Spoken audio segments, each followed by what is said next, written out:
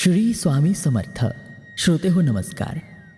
आपण श्रवण करत आहात अनंत कोटी ब्रह्मांड नायक राजाधिराज योगीराज परब्रह्म श्री स्वामी समर्थ महाराज पुण्यतिथी कथा.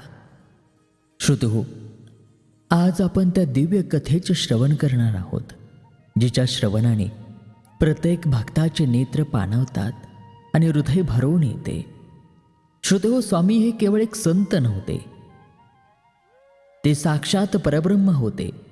श्री दत्त गुरूंचे अवतार होते.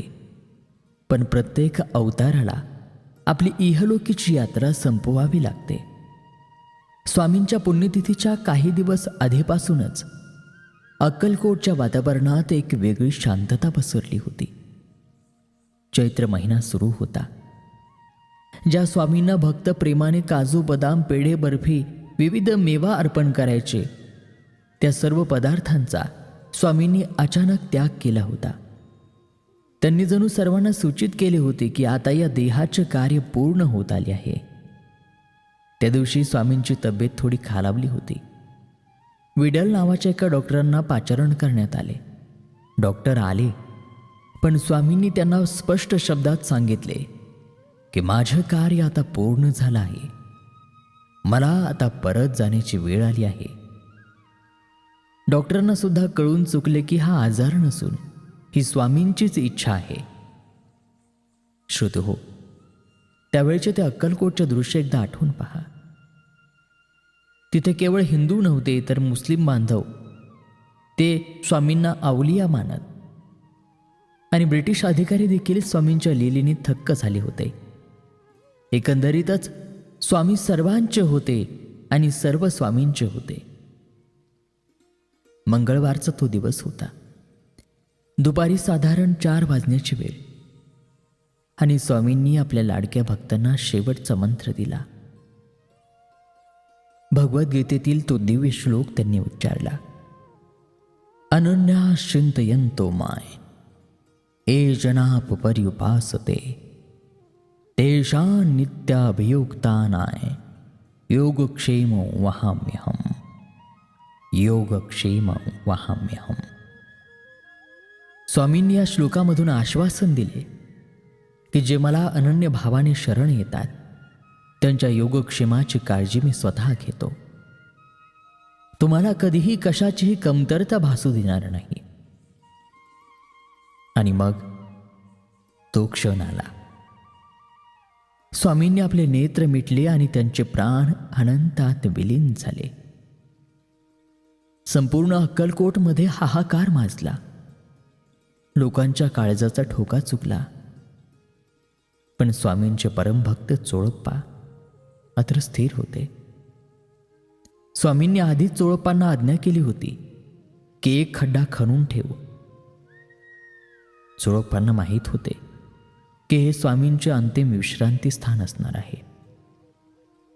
स्वामींची अंत्ययात्रा निघाली. एका भव्य सजवलेल्या रथात स्वामींना बसवण्यात आले. अक्कलकोटच्या महाराजांनी आणि हजारो भक्तांनी साश्रू नयनांनी स्वामींना निरोप दिला. रथासमोर शंखनाद, ढोल, ताशे आणि दिगंबरा दिगंबरा श्रीपाद वल्लभ दिगंबराचा जयघोष होत होता.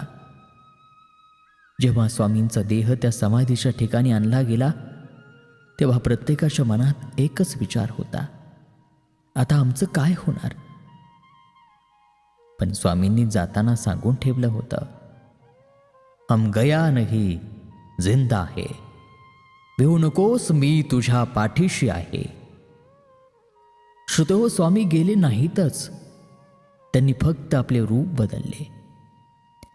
ते आजही आपल्या प्रत्येक भक्ताच्या हाकेला धावून येतात. आजही अक्कलकोटमध्ये त्यांच्या समाधीसमोर उभे राहिल्यावर तोच अनुभव येतो. जणू स्वामी आजही आपल्याला तिथे बसून आशीर्वाद देत आहेत. म्हणूनच दरवर्षी जेव्हा आपण चैत्र कृष्ण त्रयोदशीला स्वामींची पुण्यतिथी साजरी करतो, तेव्हा आपण दुःख करत नाही, तर त्या महाशक्तीच्या अस्तित्वाचा, त्यांच्या कृपेचा सोहळा साजरा करत असतो. स्वामींची ही पुण्य पावन कथा, पुण्यतिथी कथा आपल्याला बोध करते की स्वामींना अनन्यभावाने शरण गेलो तर स्वामी आपल्या सर्व योगक्षेमाची काळजी स्वतः घेऊन आपल्या त्या भक्ताला कधीही निराश करत नाहीत. कितीही मोठे संकट असो, दुःख असो, त्यातून तारून नेण्याचे कार्य स्वामी करत असतात. फक्त आपल्याला एवढंच कार्य करायचं आहे की अनन्य भावाने त्या परब्रह्माला शरण जायचं आहे. मग बघा, तर आशा आहे स्वामींच्या पुण्यतिथीची कथा हा व्हिडिओ तुम्हाला आवडला असेल. ही कथा हा व्हिडिओ जास्तीत जास्त स्वामी भक्तांपर्यंत अवश्य पाठवा. आणि अजून एक तुम्हाला सांगावंसं वाटतं की स्वामींच्या कृपेचा वरदहस्त आपल्यावरती राहावा. त्यांच्या कृपेने आपल्या अनेक समस्यांचं निराकरण व्हावं, यासाठी काही ईबुक्स आहेत जे आपल्या मीड4 मराठीच्या प्रेक्षकांसाठी, श्रोत्यांसाठी अल्प दरामध्ये उपलब्ध करून देत आहोत. त्या सर्वांच्या लिंक्स डिस्क्रिप्शनमध्ये दिलेल्या आहेत. त्यावर जाऊन आपण त्याची खरेदी करू शकता. चला तर पुन्हा भेटूयात पुढील एका व्हिडिओमध्ये अशाच दिव्य कथेसह आपल्याच मीड4 मराठीवरती. तोपर्यंत नमस्कार, धन्यवाद. श्री स्वामी समर्थ.